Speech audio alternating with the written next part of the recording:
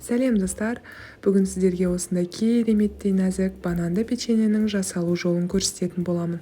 Сондай керемет, ауызда еритін жұп-жұмсақ печеньенің салмасы да сондай сочный болып шығады. Және жасалуы өте оңай. Ендеше кірісейік, керекті ингредиенттер төменде көрсетілген. Бізге ең алдымен електен өткізілген ұн қажет болады. Соған құрғақтай разрыхителімізді, яғни қопсытқышымызды қосып, жақсылап қасықтың көмегімен араластырып алайық. Содан соң осы ұнымызға бірден бөлме температурасындағы майымызды қосатын боламыз және қолдың көмегімен араластырып, крошка тәріздес қоспа дайындап аламыз. Мінекей, көріп тұрғандарыңыздай крошкамыз дайын болды. Енді осының үстіне қаймақ пен сарыуызымызды қосатын боламыз. Оларды ең алдымен бір-бірімен жақсылап араластырып алайық, содан кейін қоспамызға қосайық.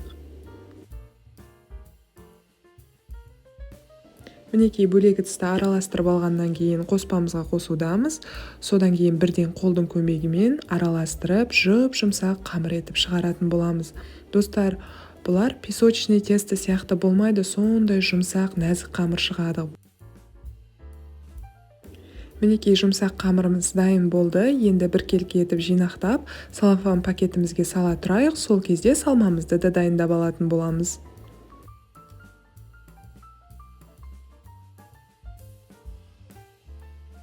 Салмаға қажеттісі бізге бір дана банан қажет болады. Содан кейін осындай құрғақтау сүзбе, яғни творог қажет болады. 20 граммдай сары май және шекер қажет болады. Ең алдымен бананымызды ұнтақтап турап, шанышқының көмегімен езгілеп алайық.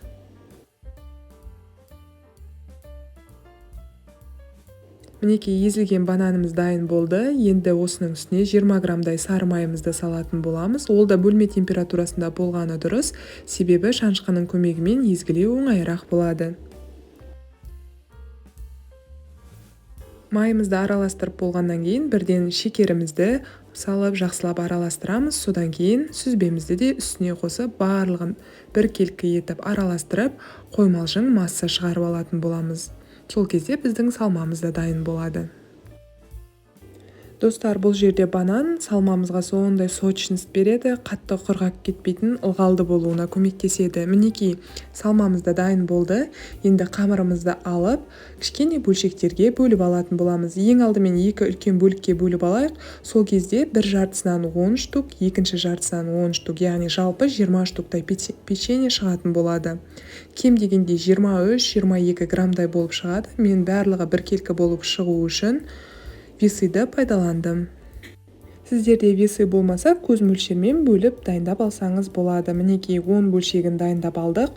Енді сәл ғана ұн себелеп, қатты ұнды асыра сілтеп пайдаланбаңыздар, себебі құрғап кетіп, печеньеңіз бір-біріне жабыспай қалуы мүмкін салмасын салған кезде. Сәл ғана ұнға ұнатып аламыз да, сосын ұны жоқ жерге қойып, салмамызды орналастырып, дәл видеодағыдай бекітіп, банан тәріздес пішінге келтіретін боламыз. Міндетті түрде салмасын салғаннан кейін жан-жағын дұрыстап бекіткеніңіз дұрыс, себебі салмасы ағып кетуі мүмкін. Достар, міндетті түрде қамырды жайғанда қатты жұқа етіп жаймаңыздар, себебі пісу барысында салмасы ағып кетуі мүмкін. Мінекей, өздеріңіз көріп тұрғандай, барлық жерін дұрыстап қолдың көмегімен жақсылап бекітіп жатырмын. Пішіні банан тәріздес болып шығуда. Қазір сіздерге кері жағын аударып көрсетейін. Осылай пергамент қағазына орналастыратын боласыздар.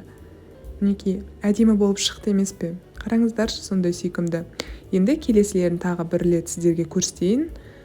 Қалай орау керектігін, қандай қалыңдықта болу керектігін осылай салмасын салып, дәл жаңағыдай істі қайталайтын боламыз. Салмасын дұрыстап тұрып бекітеміз бір қабаттан, сосын екінші жағын бет жағына жауып, банан тәріздес пішінге келтіретін боламыз. Достар, каналыма тіркелуді және өз пікірлеріңізді қалдыруды ұмытпаңыздар. Сіздермен кері байланыс мен үшін өте маңызды. Алдағы уақытта оңай деген рецепттермен сіздермен бөлісетін боламын.